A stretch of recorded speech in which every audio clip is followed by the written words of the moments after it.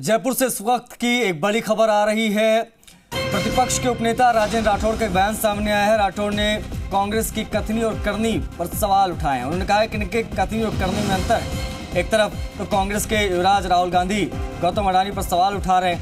अब अडानी के कारोबार की आड़ में बीजेपी के आला कमान पर सवाल खड़े कर रहे हैं। दूसरी तरफ अशोक गहलोत हैं जो अडानी के साथ गलबहियां कर रहे हैं। राज्य में अडानी से सबसे महंगा कोयला गहलोत सरकार खरीद रही है। राठौड़ ने कहा कि चुनाव के नजदीक आते ही ये गलबहियां क्यों? 35 हेक्टेयर से ज्यादा जमीन अडानी को देने पर राठौड़ ने सवाल उठाए हैं। उन्होंने कहा है कि कवई के ऊर्जा प्लांट में बिजली के दरों के अंतर को भी सरकार ने अनदेखा किया है। राठौड़ बोले हैं कि कथनी और करनी का ये अंतर राजस्थान की जनता देख रही है। शशि मोहन शर्मा हमारे सहयोगी ज्यादा जानकारी के साथ जुड़ गए हैं।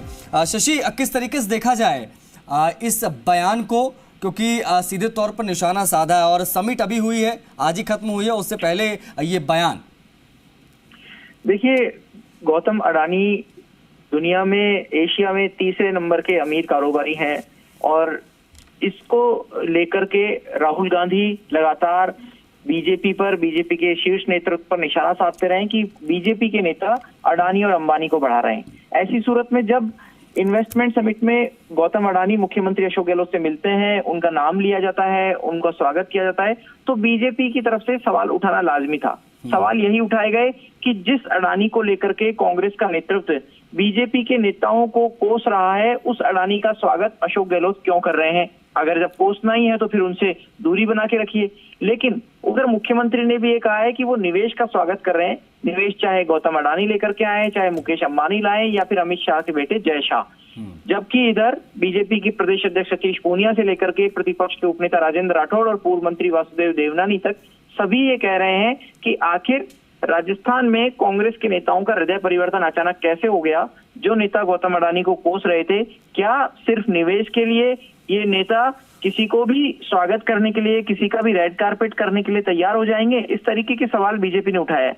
लेकिन सवाल निवेश का है। देखिए, अगर निवेश प्रदेश में आएगा तो प्रदेश के लोगों को रोजगार मिलेगा और दूसरी तरफ बीजेपी का कहना है कि रोजगार की कीमत पर यह बर्दाश्त नहीं किया जा सकता कि राज्य के संसाधनों को सस्ती दरों पर किसी को भी लुटा दिया जाए।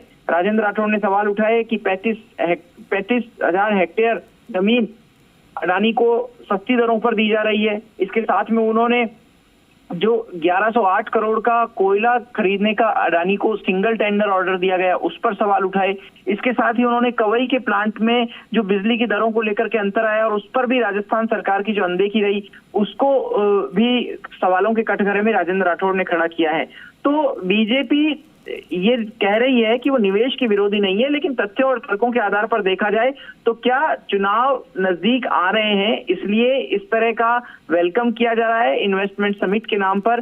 जो गौतम अडानी अब तक कांग्रेस को फूटी आंख नहीं सुहाते थे, क्या वही अब प्यारे लगने लगे? इस तरह के सवाल बीजेपी के नेताओं ने उठाए हैं। सवाल यह है शशि कि ये जो मैसेज इस बयानों के जरिए जनता को देने की कोशिश कर रही है बीजेपी, क्योंकि चुनावी माहौल है, देखिए, क्योंकि 1 साल का वक्त बचा है और जाहिर तौर पर हर एक मूव पॉलिटिकल यहाँ पर होगा। अब ये जो बयान दिया गया है, अब इस बयान को जनता तक पहुंचाने की कोशिश जो की जा रही है, उसमें कितनी कामयाब होती बीजेपी नजर आ रही? क्योंकि आज हमने देखा कि एमएसएमई सेक्टर को लेकर बहुत ज्यादा जोर दिया, युवाओं पर बहुत ज्यादा फोकस करते गहलोत साहब नजर आए। दूसरी तरफ इस तरीके की सियासी बयानबाजी, ये कहीं फायर बैक ना कर जाए बीजेपी के लिए? इसको अगर सियासी रूप से देखें तो उसके क्या परिणाम निकलते नजर आ रहे हैं? देखिए, सियासी रूप से दोनों पार्टियां अपनी अपनी कोशिश कर रही हैं। कांग्रेस और बीजेपी अपने नजरिए से जो चीज देखती हैं वही नजरिया जनता को दिखाने की कोशिश करते हैं। लेकिन जनता समझदार है, जनता दोनों चीजों का विश्लेषण करेगी।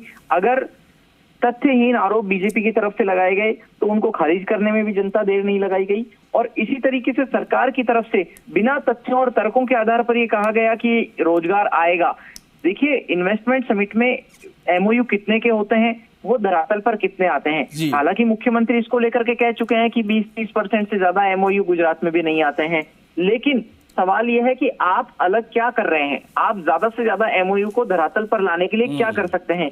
क्या केवल अपना टारगेट दिखाने के लिए कोई भी सरकार, चाहे बीजेपी के समय में रिसर्जेंट राजस्थान हुआ हो या मौजूदा सरकार के समय में इन्वेस्टमेंट समिट हो रही हो, क्या केवल जनता को दिखाने के लिए लोगों को आंकड़े दर्शाने बड़ी के चीज लिए ये शशि की, जिन फिगर्स की आप बात करें, फिगर्स बहुत महत्वपूर्ण होते हैं, क्योंकि हम देखते हैं हर स्टेट में इससे समिट्स होती हैं, एमओयू वगैरह साइन होते हैं, जमीन पर कितने नजर आते हैं, कितनी इंडस्ट्रीज लगती है, कितनों को रोजगार मिलता है, बात यहां से शुरू होनी चाहिए। फिलहाल बहुत शुक्रिया आपका इन तमाम जानकारियों के लिए। अब इस पर सियासत शुरू हो गई। खैर, अशोक गहलोत के संबोधन के बाद अब यहां पर देख रहे हैं किस तरीके से बीजेपी के तमाम नेता बयान दे रहे हैं और बयान से कई सारी चीजें निकलकर सामने आ रही हैं।